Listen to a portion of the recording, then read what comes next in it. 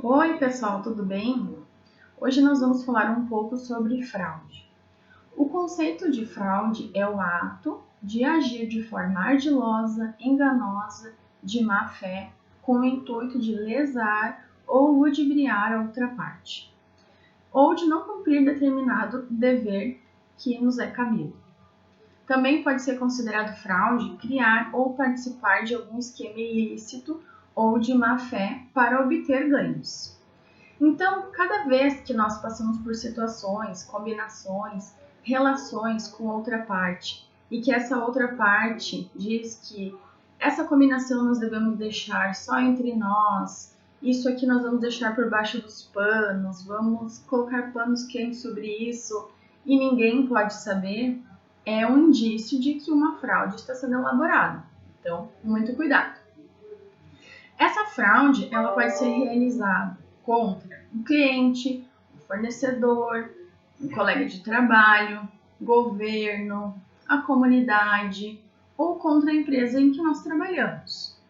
Cada vez que eu tento dar uma de esperto, burlar uma regra, eu estou cometendo uma fraude. Então, nós temos vários exemplos de fraude que podem ser cometidas. Por exemplo, dar um falso testemunho quando eu vou a um médico.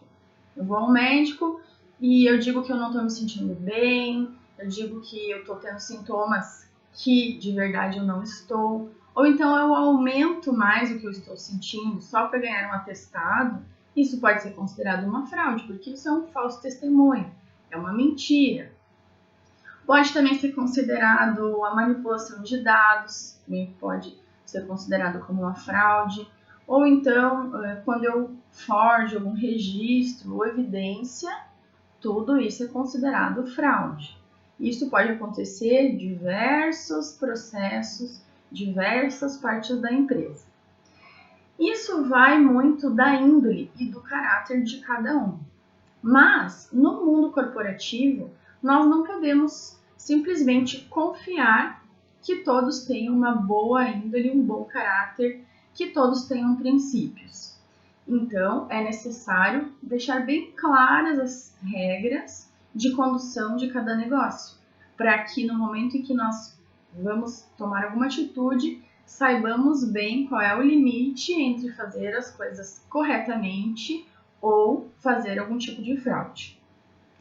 Principalmente num país como o nosso, onde nós somos criados no Brasil, que é famoso pelo jeitinho brasileiro. Quem nunca ouviu falar nessa expressão, né? O que é o jeitinho brasileiro?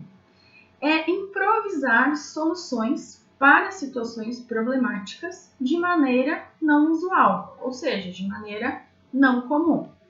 Isso pode ter uma conotação positiva no sentido de que nós usamos a nossa criatividade para resolver os nossos problemas.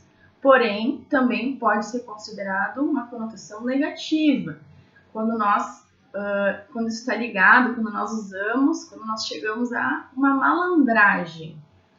Então, qual é a diferença entre criatividade e malandragem? Qual a linha que divide a criatividade da malandragem? Muito bem, é a ética. É a ética, a integridade, a honestidade. Nós não podemos passar por cima das regras, dos regulamentos, dos códigos de conduta, de tudo aquilo que rege o nosso comportamento na sociedade, dentro da empresa ou em qualquer local. Qualquer lugar tem as suas regras. Então, o nosso freio moral, o nosso limite entre buscar uma solução criativa para um problema sem cometer uma fraude é justamente a ética. Então, muito cuidado com isso. Reflitam. Vocês já passaram por alguma situação em que tiveram que buscar soluções criativas para alguma situação problemática? E nessa situação, vocês agiram com criatividade ou com malandragem? Reflitam sobre isso. A fraude ela traz muitas consequências. Quais são? Prejuízos financeiros, danos à imagem da empresa, aquela empresa ou aquela pessoa que é conhecida como falcatrua. Não é legal, né? quebra de confiança, quebra de contrato, perda de clientes, sanções, multas, entre outros. Então, essas são só algumas das consequências da fraude. Eu peço que vocês reflitam. Como eu já disse, já passaram por alguma situação? Tenham em mente sempre as regras, os regulamentos, os códigos de conduta, código de ética de todos os locais onde a gente circula. E usem isso como freio moral, para não passar de criativos para malandros e assim cometer uma fraude. Obrigada e um abraço!